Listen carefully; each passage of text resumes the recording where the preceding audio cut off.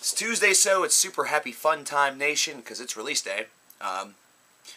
Pretty big release coming out today. Big release on the calendar. Sixx A.M. with their third album entitled Modern Vintage. Now, why is this group important? Why does this group really have a place in rock history? And really it's because of its famous bassist and backing vocalist, of course, Nikki Sixx, formerly of Motley Crue. The singer of this group has been a producer for a long time. He's released solo records. He's done a lot of work like that. And their guitar player, their lead guitar player, is famous for being a part of Beautiful Creatures and has now also found himself in a role with Guns N' Roses. So these are musicians that are part of bands that a lot of people do know.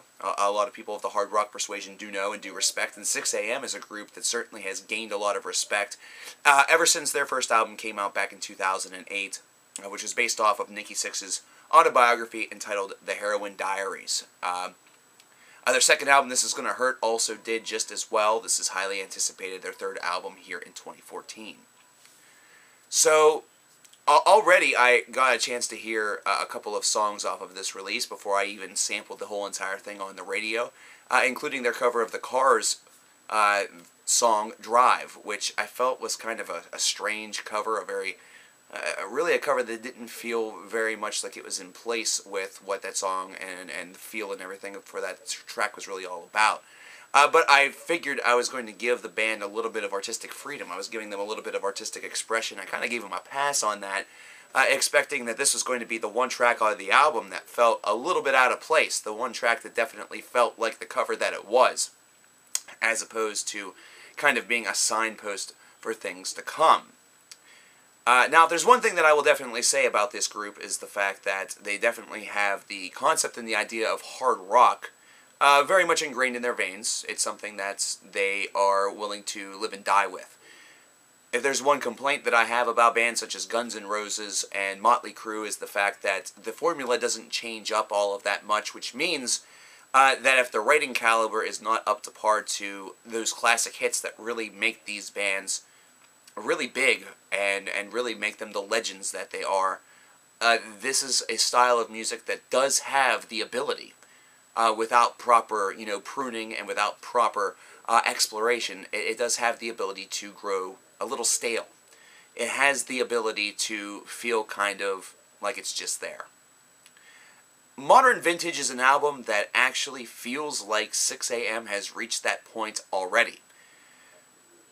Now, fans of this band are going to be pleased. And the reason why they're going to be pleased is because they enjoyed the first two records by this band. This may not have as personal of a vibe as the Heroin Diaries did, nor will it really have the same level of real passion and exploration as the second record, This Is Gonna Hurt, really seemed to possess. This is an album that's a little bit more straightforward. This is an album that's a bit of a more straightforward rock album. One that definitely focuses a lot more on that mid-tempo to kind of excitable rock music that I really would consider to be a little bit leaning more toward the Guns N' Roses side, only making it a little bit more alternatively charged, a little bit more alternative radio friendly. And everybody says that friendly word, that radio friendly word, really is a death nail for a band, and also a lot of people get very insulted by that because they feel like I'm saying, or anyone that says it says that means the band's gone soft or the band is not hard-edged, they're not badass. If they're on the radio, that means that they're essentially just glorified sellouts. Make no mistake, that's not what I'm saying. It's just that this is very much tailored for this. It's very much tailored for the radio. It's very much a lot of tracks that feel like they'd be right at home there. And unfortunately, it does have a certain stale factor to it. This is an album that feels like it is kind of mired in a little bit of cliche. There isn't much in the way of advancement of the genre, nor is there really any real level of advancement in this band's own catalog and their own musical ability. It's instead one that feels like they've kind of, in fact, taken a bit of a step back. Instead of kind of going for something that has a very landmark concept behind it, either that or really delivering a lot of passion, this is an effort that feels like they got a lot of tracks together, they got a lot of songs together, a lot of ideas together, and worked on them, but at the same time, other things kind of got in the way and prevented them from being 100% developed into something just wonderful. With Motley Crue just recently being on tour for the very last time, supposedly, you could definitely see where this album would have a bit of a paramount importance to Nikki Sixx, at least, because this is a project that certainly will perhaps be the thing for him in his post-Crue activities.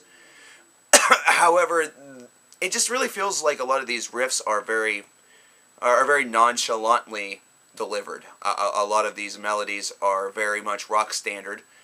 It has a very, very typical palette to it. And that's something that feels a bit disconcerting. Whenever I'm going through a disc and I feel really nothing based around a lot of these tracks, whenever I go through a disc and nothing's really jutting out to me and really giving me that real shake, you know, grabbing me right by my shirt and shaking me, either that or just balling up and punching me square in the face, you know, really giving me something to take away from it and really remember. That's just a sign of an album that kind of didn't execute at its highest level. It's an album that really doesn't have the same zest and punch and chutzpah as perhaps its predecessors. And perhaps those were tough acts to follow. Perhaps that's one thing that certainly can be noted, because those two albums, they really are. They are tough acts to follow.